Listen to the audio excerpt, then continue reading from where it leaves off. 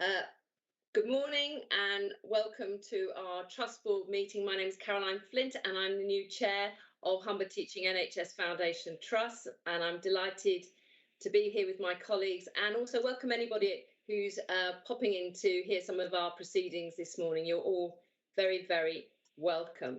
So we'll kick off with apologies for absence. I haven't received any apologies for absence. I think everybody's here. Is that correct? Lots of nods. Thank you very much for that. Just to say, with the permission of the meeting, I'd like to move item 18 to just after our patient story, if everybody's agreeable with that. Yep, thank you. Okay, declarations of interest. As you know, if any further declarations, if they're different to the ones we've got, please notify the Trust Secretary. And if any items on the agenda present anyone with a potential conflict of interest, please declare your interest and remove yourself from the meeting for that item. Moving on, minutes of the meeting held on the 28th of July 2021. Are they a correct record, and can we receive and approve those? Great, thank you very much for that. Moving then on to the action log and the work plan. Are there any matters arising from those two documents this morning? I don't seem to see anybody. They seem straightforward.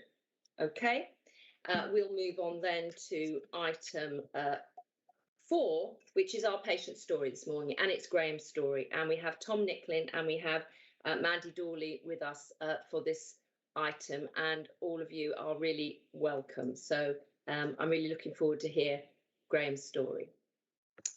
Yeah, thank you. Good morning. So those that don't know me, my name's Tom Nicklin, the engagement lead for the Transforming Care Partnership. And really today I've brought Graham along to share his story. Graham's is a fantastic individual who's not only supported myself with a lot of work that I do, but supported a lot of other members of the Trust throughout the years with the work he's done. So without further ado, Graham, if you'd like to introduce yourself.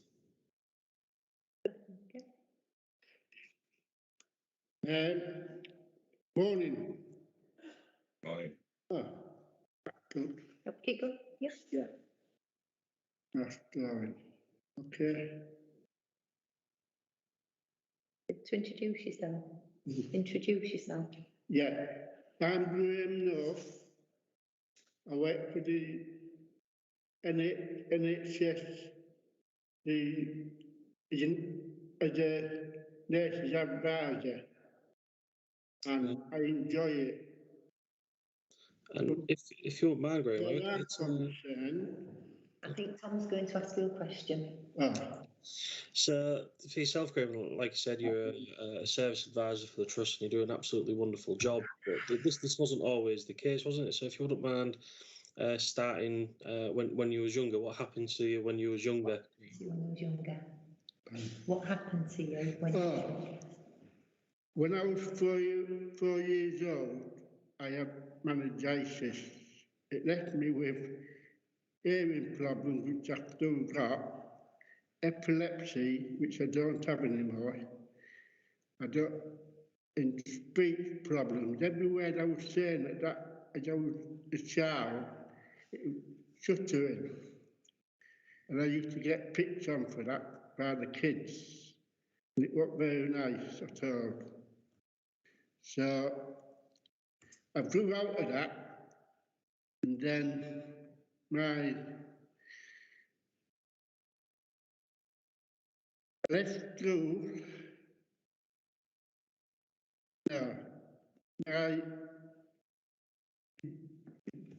In 2001, my mother died.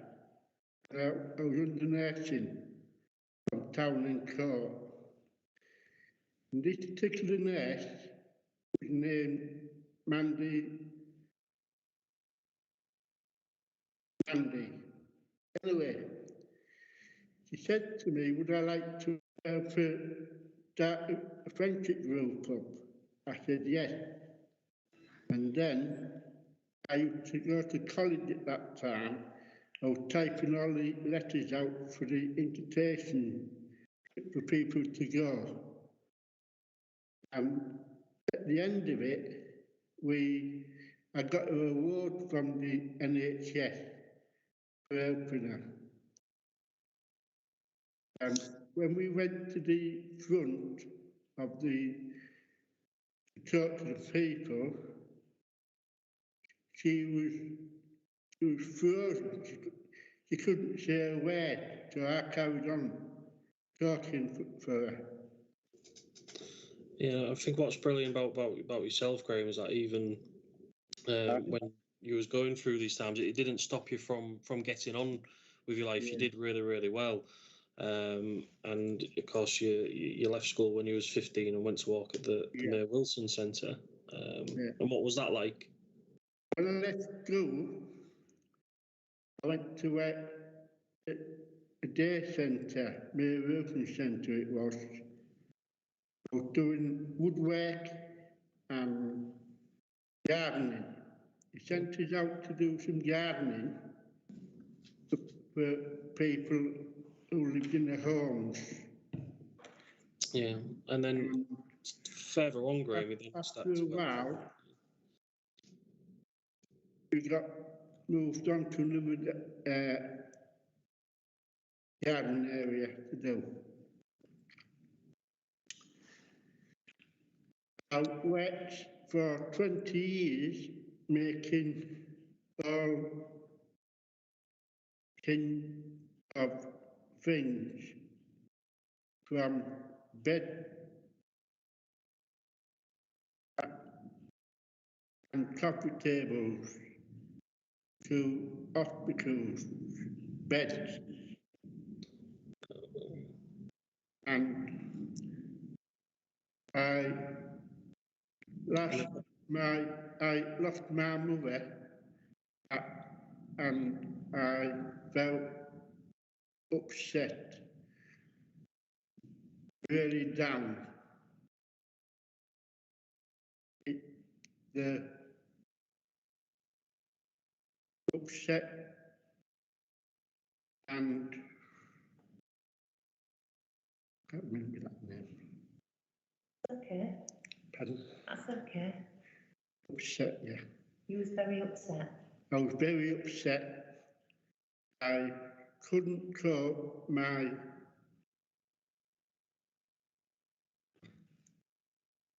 You was very angry. You was very angry. Angry. And it worried your family. Look, my.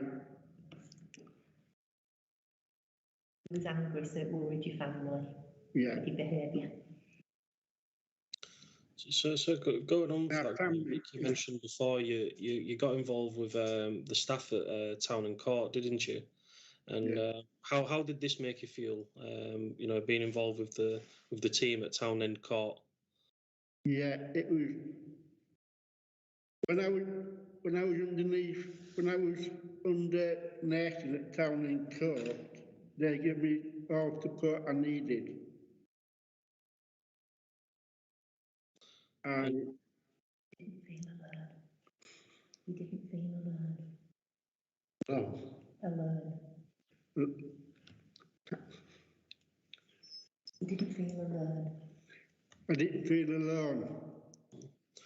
So remember you telling me some of the stuff that I did on Town and Court, and of course you met your mate Mandy, which sounded like an absolutely brilliant experience for yourself. But then you'd go on to do other things with this, wouldn't you, Graham? Because there was a time when you started going to more health appointments to help improve with your health.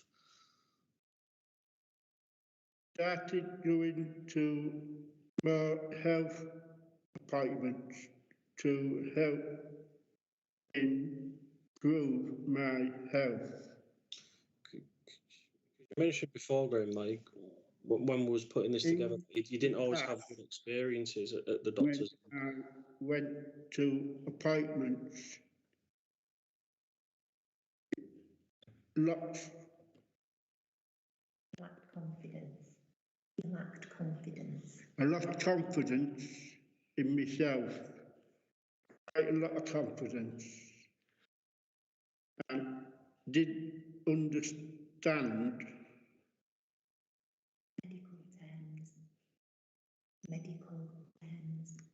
medical terms, but when helped me was my health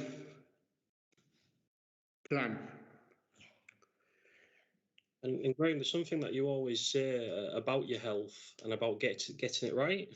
So I was wondering if you could share what it is you say about health with the board today, because I think it's a really powerful statement.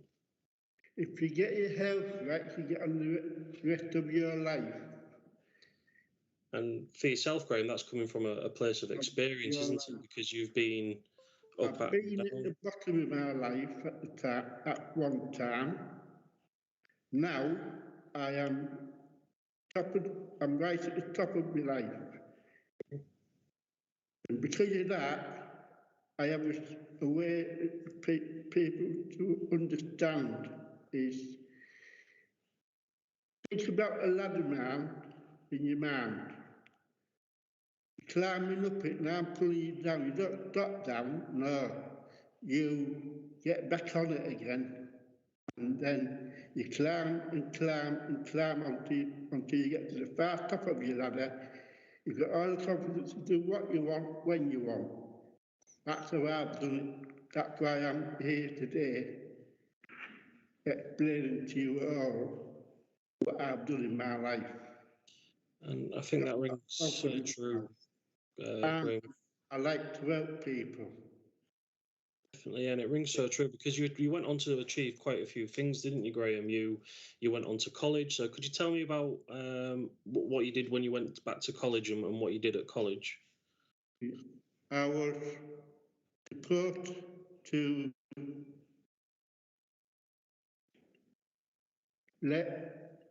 learning and reading spelling was I was taken when I went to do it my life. Does that make sense? Because you was asked what you wanted to do with your life, and you said that you wanted to go to learn how to read and write, and you spent some time at college getting your qualifications, didn't you? Yeah. I said I wanted to learn how to read and write, so I went to Eastfield College in 2002 and led to college. And what did you achieve at college, Graham?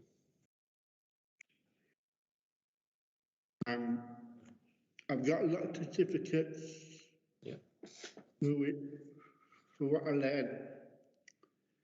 I've got some photographs. Would you like to see them?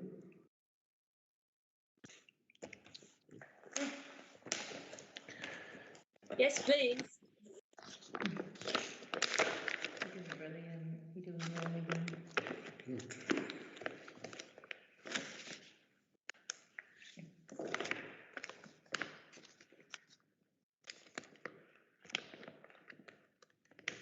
That was your health check, isn't it, that you would use when you went to see the doctor, wasn't it, Graham?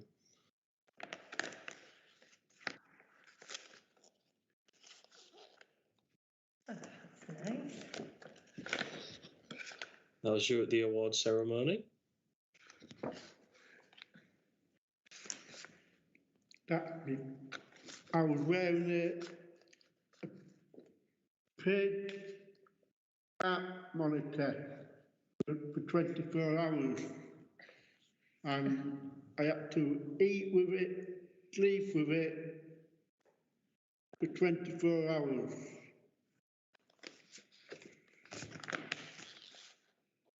And at that time, I think I had my heart was going too fast, and they wanted to keep the check on my heart.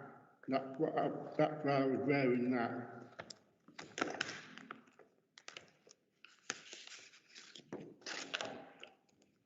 That's at Eastview College.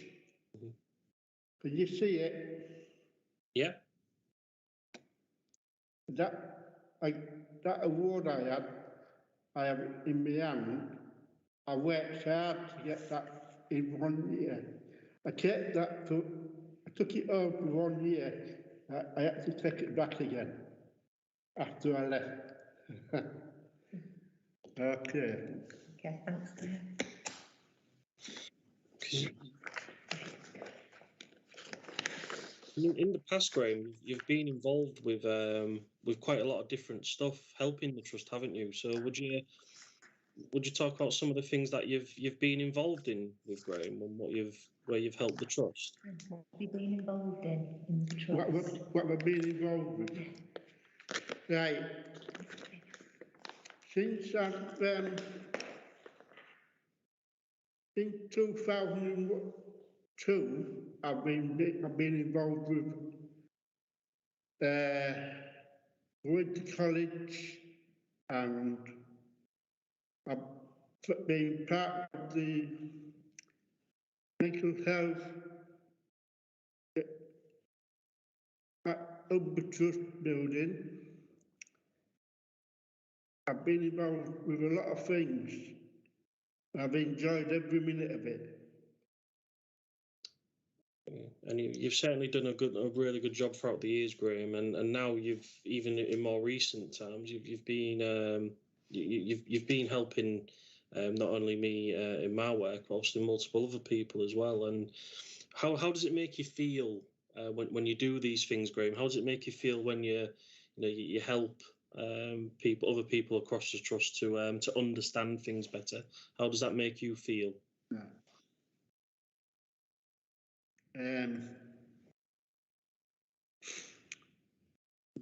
How does it make you feel? Happy? How does it make you feel?